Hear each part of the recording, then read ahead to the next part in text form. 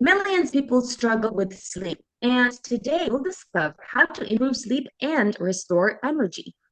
And you'll discover this from Peggy Moore, and she's a registered nurse and functional medicine practitioner with over 25 years of experience, helping people move from tired to thriving. And she's the founder of More Health and Wellness and author of Tired to Thriving Blueprint, a step by step guide to balancing hormones, restoring energy, and to reclaim your health.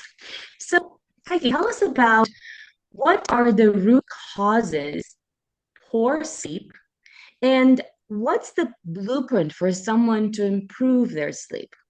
AI Superwoman podcast with Lily Patrascu shares the world's most innovative AI tools and processes to go from technophobe to AI pro, attract leads, close sales, automate your business, enhance productivity, and deploy AI agents to do your work. Yeah, that's such a great question. So there's lots of reasons why we don't sleep. And they're all manageable. So many women come to me because they can't get to sleep. Sometimes they wake up in the middle of the night 2 or 3 times. And then when they wake up, they're staring at the ceiling and they can't get back to sleep. And so then they start their day feeling tired. And what do we do when we start our day feeling tired? We reach for caffeine and sugar. And then we go for a few hours and then that crash hits. And what do we need again? We need more caffeine and more sugar. And then the afternoon hits and it's the same thing. And so, one of the most important things to balance out sleep is to really look at your hormones, your blood sugar hormones and your cortisol.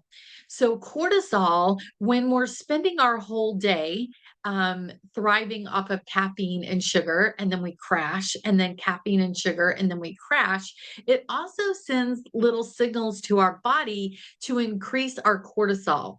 When we're crashing and we need to stay awake and we grab that caffeine and sugar, it stimulates that fight or flight and it gets us going again, but it can wreak havoc with our cortisol over time and wreak havoc, obviously, with our blood sugar over time. So, just kind of by balancing those two out, we can sleep so much better. I have clients that come to me all the time that can't sleep, and we've got them sleeping all the way through the night, which as a midlife woman was what was so amazing to me. I'm like, you're telling me I can really sleep all night? And my functional medicine practitioner was like, yeah. And so we just made a few lifestyle changes and it made such a huge difference. And now I can get through my day. And at 4 o'clock in the afternoon, I'm still feeling good. Thank you. What would you say are the root causes for someone actually having these kind of like breaks in their sleep? Is it just like them needing to do certain, like going to the bathroom and so on and not being able to fall asleep again? Or is it something else that is the root cause of them kind of breaking their sleep so much? Or is it this imbalance of hormones that you talked about? I think the root cause from all the women that I've worked with, it boils down to two different hormones. And that's, well, three, I guess. So your insulin and your glucose and your cortisol. We get so used to living off of adrenaline in this day and age, because which is your cortisol, because we're in this age of go, go, go, get things done, be a boss lady, do it all.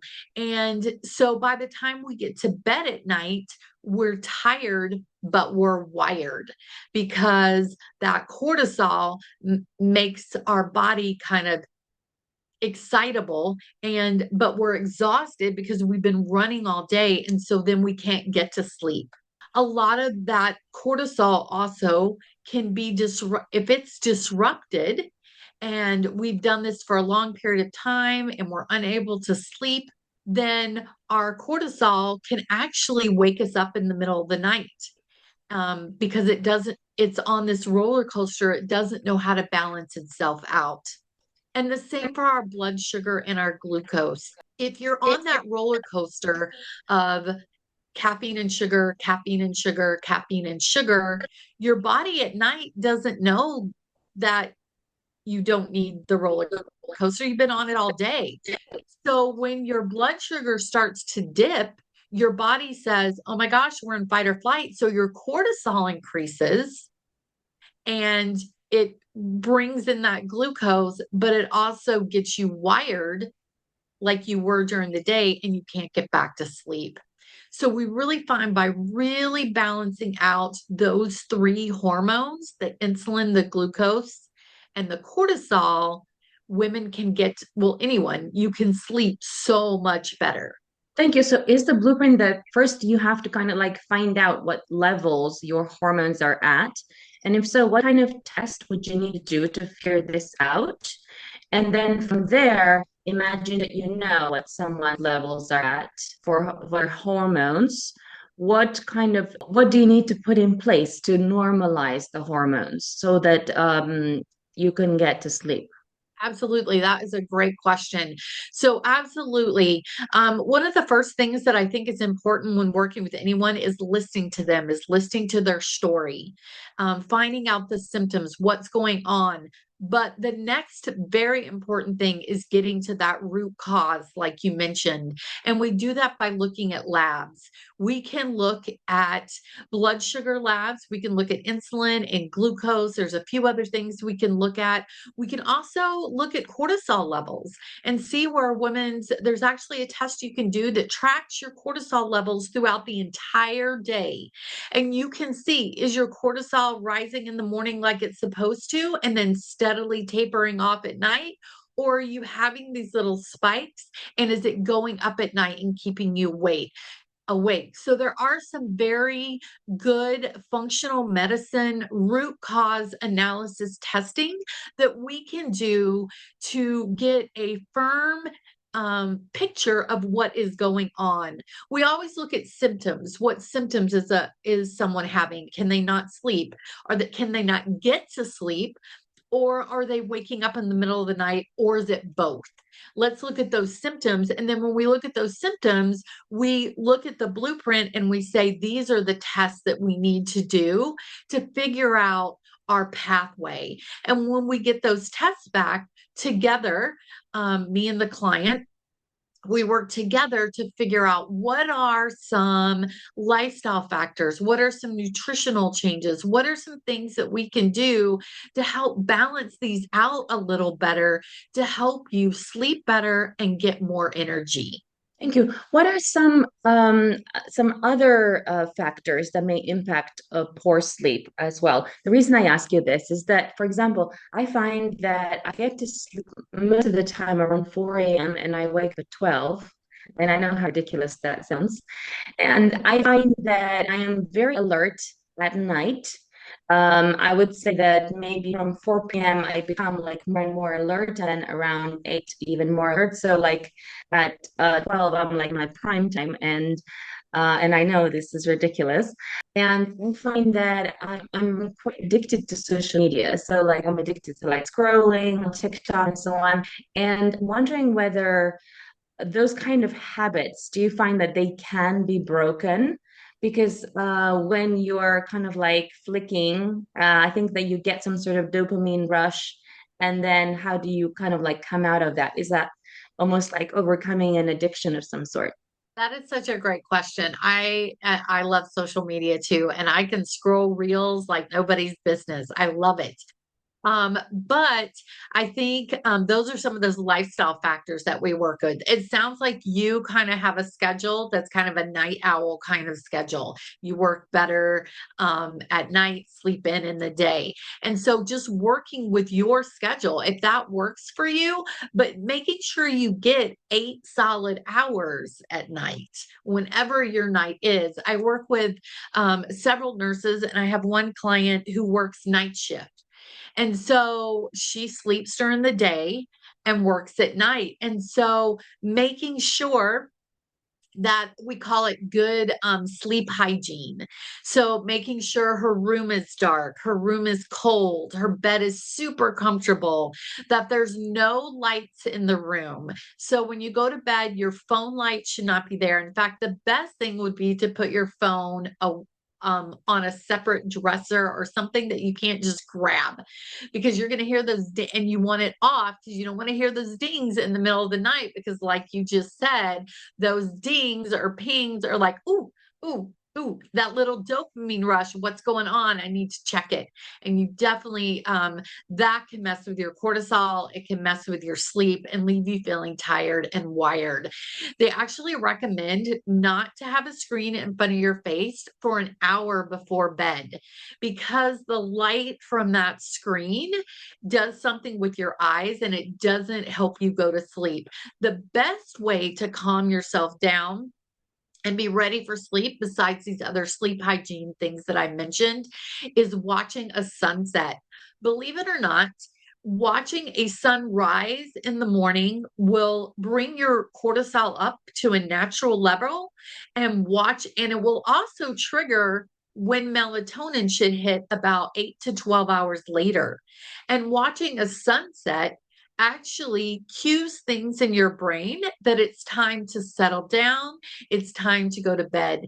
Back in the olden days, that's what people woke up and went to bed with. They woke up with the sun and went to bed with the sun going down. And it was a more natural way of living, and they slept better. We have so many other things taking our attention, but remembering that good sleep hygiene and putting that phone away about an hour before bed so that your mind has time to relax. If you're watching those reels, I love reels, watching those reels back and forth, or watching that music video or whatever it is that you love, and you're just getting that dopamine rush, that dopamine hit right before bed, it takes some time to wind that down. And a lot of times we don't take that time because we just want to put the phone on the dresser and then go to bed immediately. Thank you. For me, I find that let's say I watch a reel and then I scroll through and get like a dance video, and I really like dancing. So it's like sometimes, especially if it's like late at night, like I feel dancing even when I'm watching, late at night. So I would be like super energized all of a sudden just from like listening to a video. So I'm wondering, are there any good routines and good habits for someone who wants to have better sleep and restore energy, in terms of like small hacks that help? What I've found, for example, for me, is that getting ultra tired can help a lot. So when you're having like a jag from flying and so on, and it's like you don't need any persuasion to sleep because you're just like ultra tired. Or if you work really hard and then you go for a really long walk after work, for example, that also can work very well in terms of like making you ultra tired. And sometimes things like alcohol, which I don't normally drink, but let's say if I've gone to a wedding, for example, and then I've had a couple of drinks, and I find that help as well. But I'm wondering about the impact of all of these different like little habits that you think could be good for sleeping, and also tell us some that are not so good as Yeah, no, that's a great question. We all have our little tricks to help us sleep. Being exhausted is great, but you need that 8 hour sleep within a 24-hour period. So I actually live in Japan. I don't know if you know that, but I live in Japan. I work for the American military, and or my husband works for the American military, and I have my business. And so we fly back to the States on a regular basis, which is a 30-hour flight and time difference. So jet lag has actually been proven to actually take years off your life. Losing that sleep is not good for you at all. There's also a new thing that has been researched and talked about lately called social jet lag.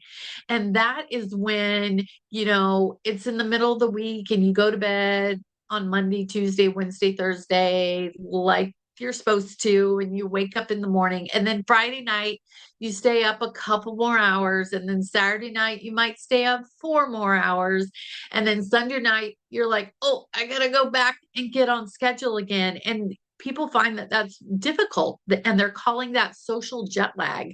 And it's actually not good for our brain or our body. Our body, unfortunately, likes consistency. We kind of like bright and shiny things and doing new things. But our body likes consistency, and getting that 8 hours is super important.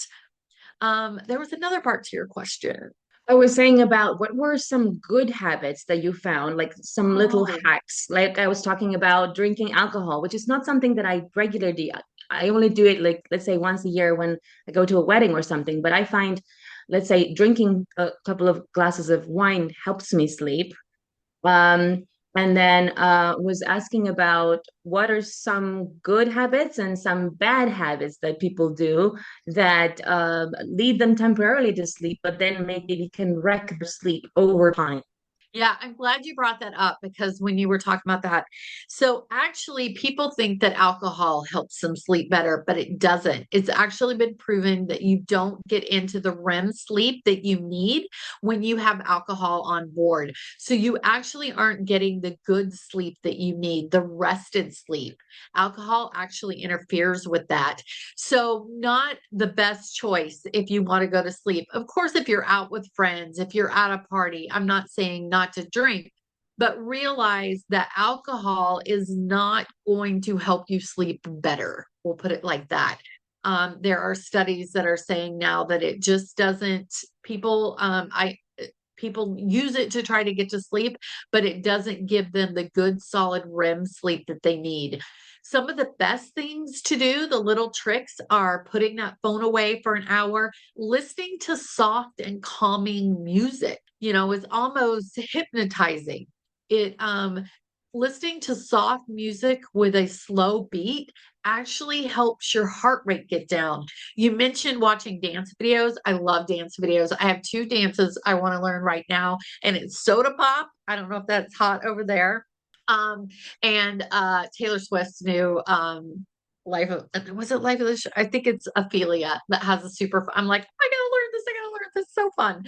Um, but see how excited I got, and my heart rate got up. So listening to more calming music, your heartbeat actually and your breathing starts to slow down when you listen to that slower music. So finding music that you love.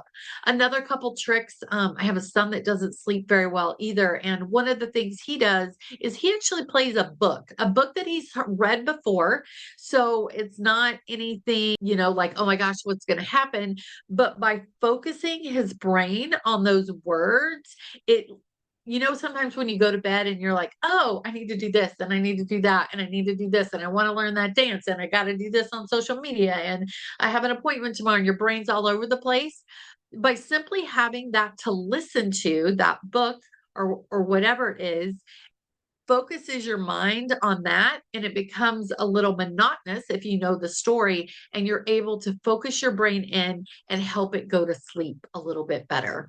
Thank you. Do you find that trying to like simplify what you think about at night as well could actually help? What I mean by that is that imagine you're like a very busy, overwhelmed businesswoman, and then you're thinking, oh, I need to pick up the children from school, and my husband needs this packed lunch, and I have to book the flight for. So it's like I would think that most women and most men, most people have hundreds of different things that they want to think about at night that are keeping them up.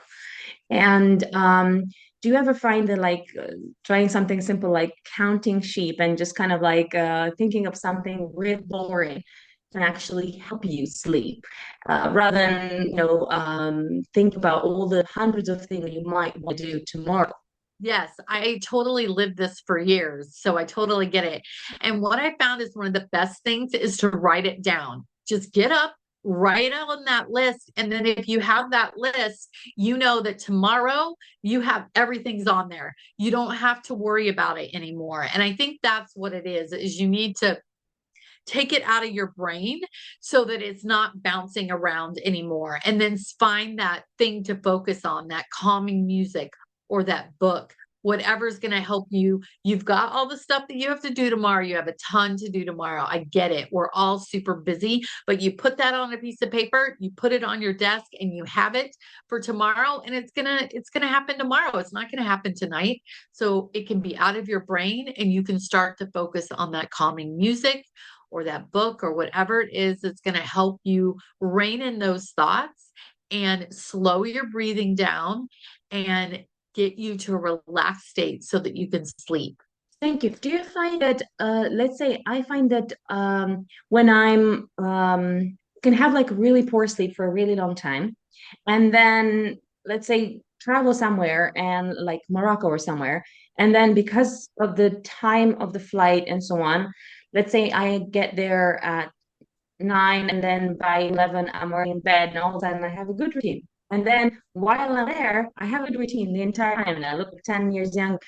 I'm wondering whether you have any hack for someone who always has a really bad sleep routine, like mine, of going to bed at 4 a.m. Because I do find that when I go to bed at 11, I look 10 years younger and I'm more productive and more efficient in my work. And what would you say for someone like me to do to start kind of like going to bed at 11? Would you have me like try to go to bed at 3 and then 2 and then 1 and so on? Or would you say, okay, don't sleep tonight at all? And then, or wake up at 5 or whatever, and then force yourself not to sleep for a day or to sleep 4 hours. And then that's how you kind of get yourself into a good sleep routine for the rest of your life. I think that's a really hard question, especially so I just went to a conference a couple weeks ago and it was in Cancun, Mexico, but so I'm in Japan. It was like 30 hours. I got there jet lagged, exhausted, went to sleep. The conference was from 8:30 to 6. I paid for it. I wanted to learn. I learned a ton. So I was there, but man, I hit the bed after. And it is really hard with jet lag because our body gets set. They say that you actually need like a day for every hour of time difference. And I'm like, my goodness, that would take me 12 to 13 days to get my jet lag fixed. And it was a 4-day trip. So I was there and back. And I think in those kind of situations, especially for those of us that travel for business, I think it's important to make sleep a priority. So whether that means figuring out how you can sleep on the plane, figuring out how you can sleep when you get there. I gave up some activities. The girls were like, hey, we're going out and we're going to do this. And I'm like, I got to go to bed, guys. If I'm going to be paying attention and at work tomorrow and at this conference tomorrow, getting everything out of it, I've got to go to bed. And so really prioritizing that sleep and your rest, because if your body doesn't get the rest that you need, you're right. You're not going to look 10 years younger. You're not going to feel good in your own skin. And it ends up causing issues with weight. It causes issues with your insulin, your glucose, all your hormones, because your body needs that time to rest. That's when your body heals, and it can't heal if you're not getting the rest. Thank you. What are some nutrition fails that most entrepreneurs take in that kind of cause them to have poor sleep? And I'm sure you're going to say coffee. But aside from that, are there any other foods that people take in or drinks that they take in that cause them to sleep really poorly? Well, obviously, any kind of caffeine, you're right. Coffee, even if it's tea, a lot of tea with caffeine or energy drinks. We see a lot of people getting through their day with energy drinks, which are, as a nurse, I'm not even going to go how bad those things are for you. They're not FDA regulated. Who knows what's in them? And it's just not a great way to spend your day.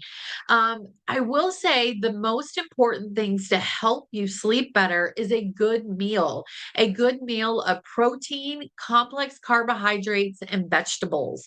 So a meal that is satisfying, a meal that's going to balance your blood sugar, and eating that meal about 3 hours before you go to bed allows your body to go to bed and rest, but feeling not full, but satiated. So your body is ready for bedtime.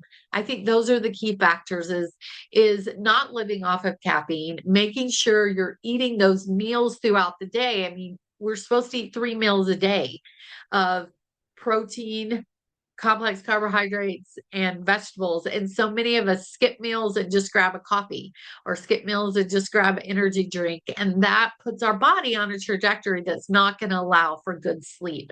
We need balance because we have to balance out those hormones, and we can't balance out those hormones without feeding our body what it needs.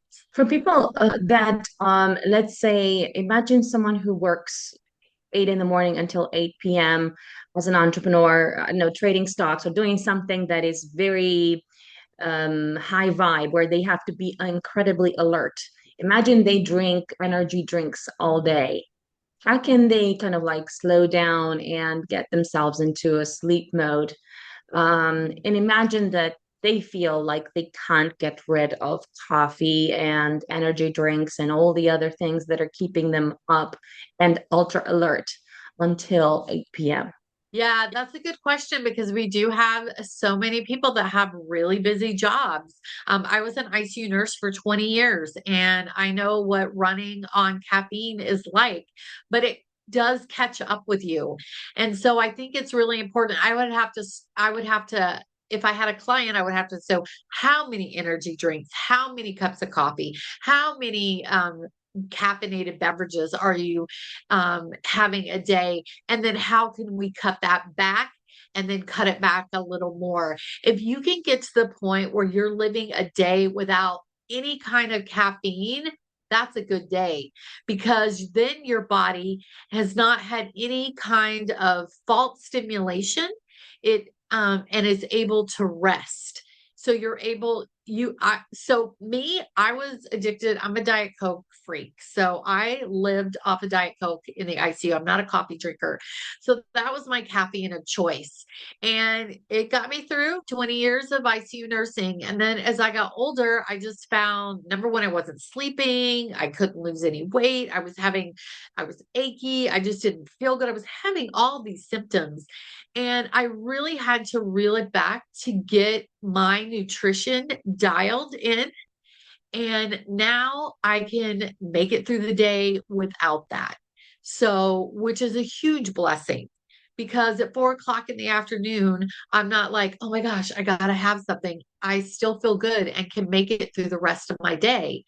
And I work a job from 7 to 2, and then I do my business from 2 till whatever time at night. Sometimes I'm up at 4 or 5 in the morning for my business.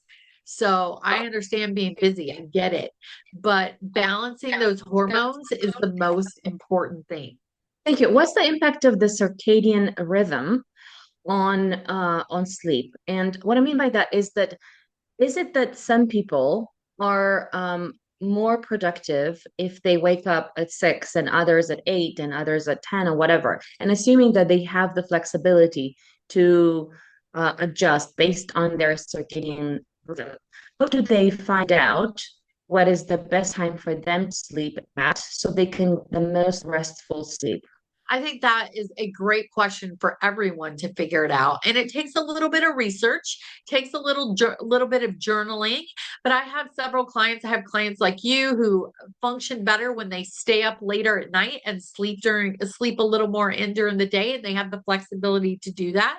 I have clients that work night shift, and they have to manage their sleep. But the most important thing is recognizing that you need that 8 hours of solid sleep. And how are you going to get it? How does that fit in with your lifestyle? If you're an entrepreneur and you can stay up to 4 in the morning and sleep 8, 9, 10, 11, 12 till noon, and that feels good for you, then I would say stick with what feels good for you. Our circadian rhythm is what happens when we sleep. And we just want to make sure that the circadian rhythm is based on getting good quality sleep. So that solid 8 hours, whatever that means to you. So for my night shift person, that solid 8 hours is from 8 in the morning to 4 in the afternoon. That's when she sleeps. That's not when I sleep. but that's what works with her. She does those sleep hygiene tactics. She says, okay, it's time for me to go to bed. I'm going to eat my dinner. I'm going to eat some protein. I'm going to eat some vegetables. I'm going to eat some complex carbohydrates. So my body is nourished. I'm going to have a couple hours of quiet time. She might spend a couple hours on her phone, but she has about an hour of quiet time before bed, just kind of focusing on her breathing, doing some meditation, maybe listening to a book. And then her body is able to go to sleep and she's able to get the rest that she needs. And your circadian rhythm will, when you train it, it will be appropriate to what you need when you're prioritizing that sleep. Thank you. What's Does that the make sense? impact? Oh, apologize. Please continue. Oh, no, no, no. I was like, does that make sense? Yes.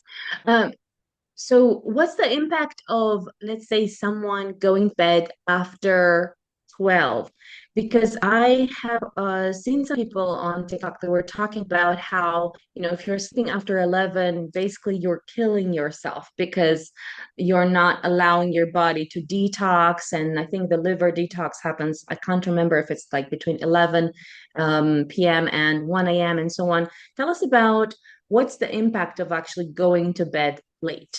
So we got to look again at what late is. If you're going to bed at 11 and you have to wake up at 5, then absolutely your liver is not going to have time to detox. But if you're going to bed at 11 and you're going to get that 8 hours of sleep, you're fine. The problem is when people start cutting their sleep short. You need 7 to 8 hours for your liver to detox, for your cells to regenerate. All your cells in your body work hard for you all day long. When you sleep is when they regenerate. Your brain, when you sleep, your brain is when your brain creates your memories. If you're not getting the 8 hours of sleep, if you're not getting into that good circadian rhythm, if you're not getting into that REM sleep, then your body and your brain aren't able to recuperate, and it starts to not function. And you see that in daily life. Thank you. So there is no impact from like going to bed late in terms of, let's say, imagine someone who always goes to bed after 1 in the morning. Um, is there an impact in terms of their liver detox not happening and their other organs detoxing not happening as well, just because they went to bed late? Imagine someone who does go to bed for 8 hours, but goes to bed after 1 in the morning or 2 in the morning and so on. So that is a great question. And I think it really depends on if you're getting that good solid sleep. If you go to bed at around midnight and 1 every single night, and you get up at 8 or 9 in the morning after a good night's rest and you feel rested, then your body is probably doing what it needs to do. But if you're usually going to bed at 9 o'clock at night and then you decide to stay up late and not go to bed till 11 or 12, then you're cutting your body short. Do you know what I mean? Your body, we're able to adjust. I mean, think about where you live, you sleep during your hours at night. I sleep during my hours at night, but they're totally opposite.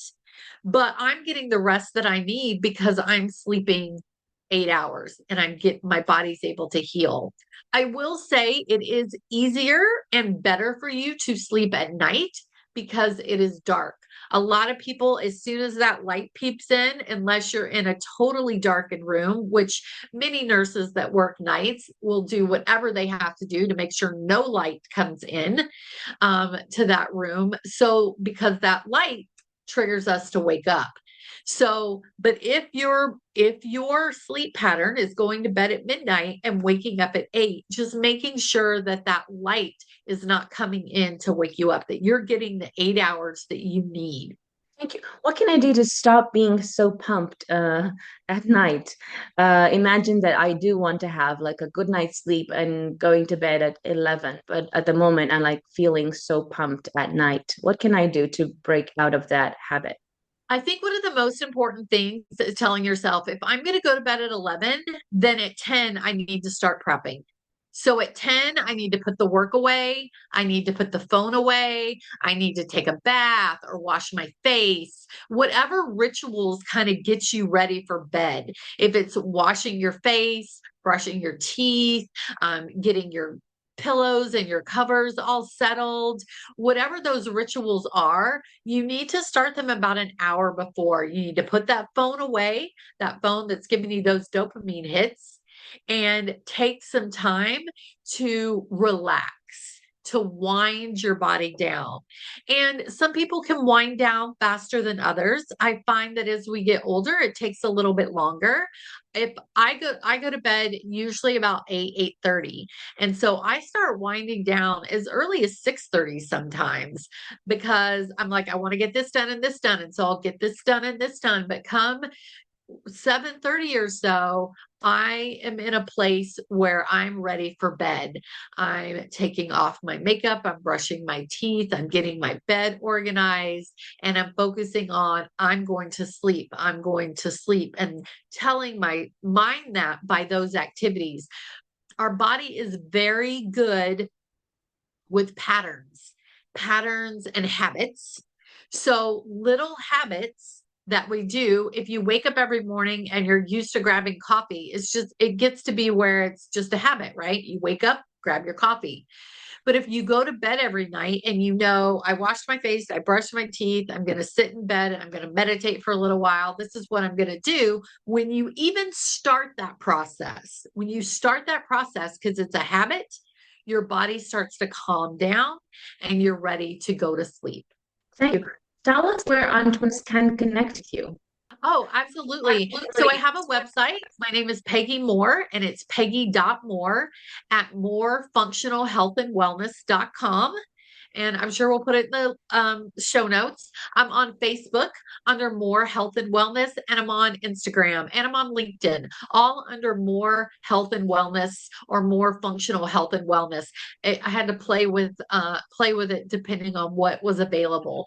So, and Peggy is my first name, Peggy.Moore. I'm an RN. I'm a functional medicine consultant.